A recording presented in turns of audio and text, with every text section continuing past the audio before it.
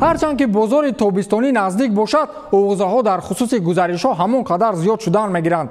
ба наздикшавии кори равзанаи тобистонаи трансферӣ инҷо қарор кардем ки аз пурсарусадотарин овозаҳои трансфериро вориди як матлаби том аз барномаи трансфер дар амал ман Фирдавси Хурсанд манзуратон мегардонам. дар пурқудраттарин лигаи футболии дунёӣ ва ё худ премер-лигаи Англия Манчестер Юнайтед ба таври фаврӣ дарвозабони курсиҳои эҳтиётӣ меҷӯяд. Агар Давид де Хеа ва Серхио Ромеро аз даста раванд, Дин Хедерсонро ҳеҷ каси дигар иваз карда наметавонад ва ин ҷо мебояд суғуртакорӣ намуд. Маникуаниҳо ҳамзамон ба дастпарвари дигари худ Том Хитон аз Астон Вилла таваҷҷӯҳ карданд. Ин собиқадори 35-сола метавонад сафи девони сурхро чун футболбози озод пурра намояд, менависад The Telegraph. ҳамчунин дигар Манчестер Юнайтед ва Эдинсон Кавани расман тамдиди шартнома намуданд ки он ба охири мавсим муҳлати анҷом дорад. Сараввал Кавани маъруф ба тахаллуси матадор аз барои дур будан аз оилааш мавзӯи тамдидкунии шартномаро ба таъхир гузошта буд, вале сипас қарор кард ки то тобистони соли 2022 низ дар Олд Траффорд мемонад. аз рӯи маълумоти зесан бошад, бозингари уругвайиро маоши кориаш то 250,000 фунт дар як ҳафта зиёд карда мешавад. журналисти The Athletic Джеймс Пирс бошад онеро рад намуд ки Муҳаммад Салоҳ метавонад ба Челси гузариш намояд. чаро сарчашмаи наздик ба бошгоҳи Ливерпул аз он мегӯяд ки сурхҳо Салоҳро фурӯхтанӣ нестанд. аммо бар замми ин Челси метавонад шартнома бо Николо Миленкович аз Фиорентина имзо кунад. агенти нафаре ба қавли Карьер де ла Спорт ба ашрофзодаҳои лондонӣ муносибати хубе дорад. ҳамзамон Арсенал ният кардааст ки дар тобистон тозакории бузурги ҳаят анҷом диҳад ва дар ин рӯйхат бозингароне ба мисли Берн Лено, Эктор Белерин, Лукас Тарера, Матео Гендузи, Эйнсли Мейтленд-Найлс ва Сеат Колашинас шомиланд. суханҳо сари корҳои бозории Юнайтеду Арсеналро як тараф гузошта мегузарем ба мавзӯи сари дастаи пурқудрати Гвардиола ва гуфтанем ки Манчестер Сити дар хайрбодкунӣ бо Фернандиньо шитоб намекунад. бразилии 36сола интизор меравад ки бо дастаи кабудпӯши манчестерӣ дар фурсатҳои наздик тамдиди шартнома намояд. бо вуҷуди ин рӯшан аст ки шаҳриёт то ҳол ҷустуҷӯи ивазкунандаи эҳтимолии ин бозингари собиқадори Ситиро идома додан мегиранд. ба сифати чунин нафар нимҳиматгари Сассуоло Мануэл Локотелли шуда метавонад ва ин футболбоз аллакай таҳти таваҷҷӯҳи бошгоҳ аз варзишгоҳи Иттиҳод қарор дорад. илова мекунад нашрияи британии The Telegraph. ҳамзамон Лестер Ситие ки бо тамоми нерӯ аз барои соҳибшавии рохати Лигаи Қаҳрамонҳо дар мубориза аст ва эҳтимолан муваффақ ҳам мешавад, наздик аст ки нимҳиматгари Лил Бубакари Сумареро ба даст оварад. чӣ тавре хабаррасон Фабрисио Романо мегӯяд, дар ин росто танҳо суханҳо сари маблағи гузаришро ҳал кардан мондааст халос. шартҳои дигари қарордод бошад бо бозингари 22сола ҳанӯз дар моҳи феврал мувофиқа шуда, пештар бошад иштиёқ нисбати Сумаре аз ҷониби Реал, Ливерпул ва Милан ба назар мерасид. илова бар ин бино ба гуфтаҳои Экспресс Спорт 3 намояндаи дигари премер-лигаи Англия Лестер, Лидс ва Лейпциг бошанд, бо маром аз бозии Матеус Перейраи Вест Бром пайгирӣ менамоянд. Перейра бошад новобаста ба бозгашти Вест Бромвич ба чемпионшип вориди рӯйхати номзадҳои аслӣ барои гирифтани унвони бозингари моҳи апрел гардидааст, пас аз оне ки 4 голу 2 паси головар дар 4 бозии охир ба омор гирифтааст.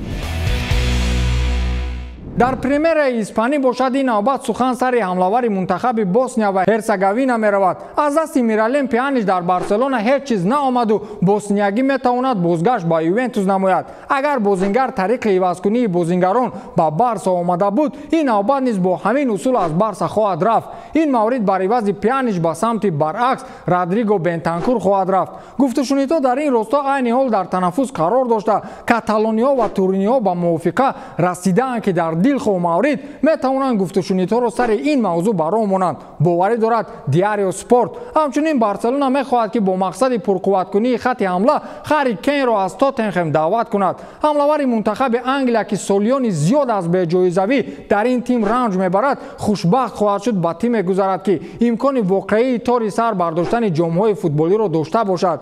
аммо ин ҷо ду омили муҳиме сади роҳ шуда метавонанд. маблағи калон аз барои гузариши Кейн дар даврони бепулии пандемия ва мутобиқшавии мушкили бозингарони англисӣ дар чемпионати Испания. бозингари дар сафи Реал мавқеъ наёфта Алваро Адриасола бошад метавонад ба тиме аз лиҳози эътибор поёнтаре равад. нисбати ин бозингар Атлетик аз Билбао иштиёкманд буда Реал омода аст ки дилхоҳ пешниҳодҳоро нисбати ин Адриасолае ки аз дигар бошгоҳи Баски ва ё худ Сосиедад харида буд мавриди таҳқиқ қарор диҳад. менависад Марка. ҳамзамон набояд фаромӯш кард ки то ҳанӯз тақдири минбаъдаи Рамос дар Реал норӯшан мемонад. ба мисоли оне ки натиҷаҳои гуфтушунидҳои сарвони Лос Бланкос бо Реал Мадрид дар хусуси шартномаи навин то ҳол натиҷае надоранд. овозаҳо бошад пас аз обунашавии Рамос ба сафҳаи инстаграмии бозингарони ПСЖ ва истиқбол гирифтанаш аз тамдидкунии шартномаи Неймар бо ҷониби Парижӣ бори дигар аз он мегӯянд ки пулҳои Парижӣ дар дилхоҳ ҳолат метавонанд Рамосро ба мисоли майдони магнитӣ сӯи худ кашанд. дар Бундеслигаи олмонӣ бошад дер боз гузариши анъанавии футболбоз аз Дортмунд ба Мюнхенро мушоҳида накардаем, вале ин тобистон эҳтимолан анъана ба як бори дигар такрор шавад. дар шаҳри Мюнхен бино ба маълумоти сарчашмаҳо нисбати Ҷейдон Санчо таваҷҷӯҳи ҷиддӣ карданд, вале аз барои ин сайди арзишманд артиши пурсамари клуб ҳам вориди сабқат шудааст. рости Ливерпул танҳо дар сурати фурӯши Салоҳ ё Мане метавонад ба худ иҷоза диҳад ки бозингаре ба монанди Санчоро харидорӣ намояд. аммо дастаи ҳамеша қаҳрамони мюнхенӣ дар олмон дар сурате ба миён омадани иштиёқи том метавонанд ки ин англисии ҷавонро барои Нагельсман ба Альянс Арена биёранд. серияи Аи Италия бошад боз бо гапу калочаҳои Буфон ҳаёти трансфериашро оғоз мекунад. ҷанлуиҷи Буфон бо анҷоми мавсими ҷорӣ аз Ювентус рафтанӣ аст ва дар ин бора худи дарвозабони дастон эълон кард. ман қарор кардам ки шартнома бо Ювентус тамдид нахоҳам кард ва бо анҷоми ҳамин мавсим аз дастам меравам. иқтибос меорад аз суханони Буфон Bein Sports. дар Италия ҳамчунин Милан, Арсенал ва Монако нисбати ҳимоягари самти чапи дастаи Саутгемптон Райан Бертран иштиёқи хоса пайдо намуданд пас аз оне ки кори тамдидкунии шартномаи бозингар бо тими англисӣ дуруст анҷом наёфт. рӯшан аст ки Манчестер Сити ҳамчунин бо атрофиёни футболбоз ба алоқа баромадааст. дақиқ кардааст гол. ҳамчунин Алессандро Флоренси ПСЖро тарк намуда ба Рома бозгашт хоҳад кард. дар ин бора журналист ва хабаррасон Фабрисио Романо маълумот додааст. дар ҳамин мавсим ҳимоягари 30-сола 21 бозӣ дар сафи тими Парижӣ гузаронида дар мавсими қаблӣ бошад дар сафи Валенсия баромад мекард. лига якуми Фаронса бошад чун ҳамешагӣ дар бозорҳои трансферӣ аз кори Париж ифтихор мекунаду маҳз ҳамин тим дар харидкуниҳо ба қавле алови чашми кулли абардастаҳои ҷаҳони кӯҳнаро гирифтааст. ин навбат бояд гуфт ки директори варзишии ПСЖ Леонардо ба корҳо дар хусуси тамдидкунии шартнома бо Килиан Мбаппе дучори мушкилӣ шудааст ва сабаб ин ҷо албатта ки шартҳои молиявӣ дар хусуси маоши хосторшуда мебошанд. ҳамчунин дигар атрофиёни Мбаппе мехоҳанд дар хусуси ҷузъиётҳои бештари лоиҳаи варзишии ояндасози тими ПСЖ маълумоти бештар пайдо кунанд. илова мекунад дар ин маврид журналист Ромен Малина.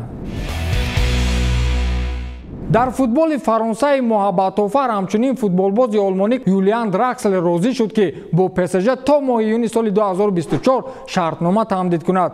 аз рӯи гуфтаҳои журналист Фабрисио Романо маҳз сармураббии дастаи ПСЖ Маурисио Почетино худ хостори дар ҳаят боқӣ мондани Драксел кардааст. ҳамчунин набояд фаромӯш кард ки мақсади асосии ПСЖ дар бозори трансферӣ ин тамдидкунии шартнома бо Килиан Мбаппе аст ва агар чунин кор амалӣ нашавад пас метавон кулли таваҷҷӯҳҳоро ба Муҳаммад Салоҳ нигаронид. нафаре ки аз Ливерпул хостори рафтан кардааст. Париж ҳамчунин бо диққат аз ҳолати ҷойдошта атрофи Лео Мессиро назорат намуда новбаста аз тамдидкунии шартнома бо Мбаппе омода аст ки бозингари аргентиниро харидорӣ намояд.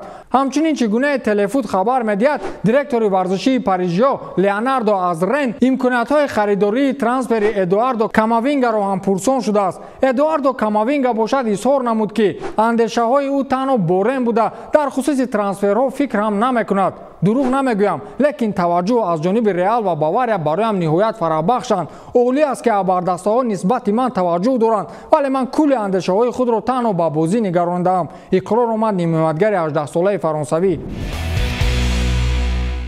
ҳамзамон дастаи футболӣ аз шоигарии Монако ки рӯхат ба бозии ниҳоии ҷоми Фаронсаро соҳиб шуд, ният кардааст ки хатти дифоъро пурқувват намояд. Дар мавқеи дарвозабони Монегаскиҳо, дарвозабони Боруссияи Дортмунд ва мунтахаби Швейтсария Роман Бюркеро дидан мехоҳанд ва дортмундиҳо бошад аз барои Бюрки 5 миллион евро хусор шуданд. аз рӯи нақша ба Бюрки дар маркази дифоъ бояд ки Ҷером Боатенг кӯмак намояд. бо нафаре ки Нико Ковач дар Бавария кор карда, айни ҳол мехоҳад ки футболбози номбурдаро ба Монако даъват кунад, мерасонад Франс Футбол.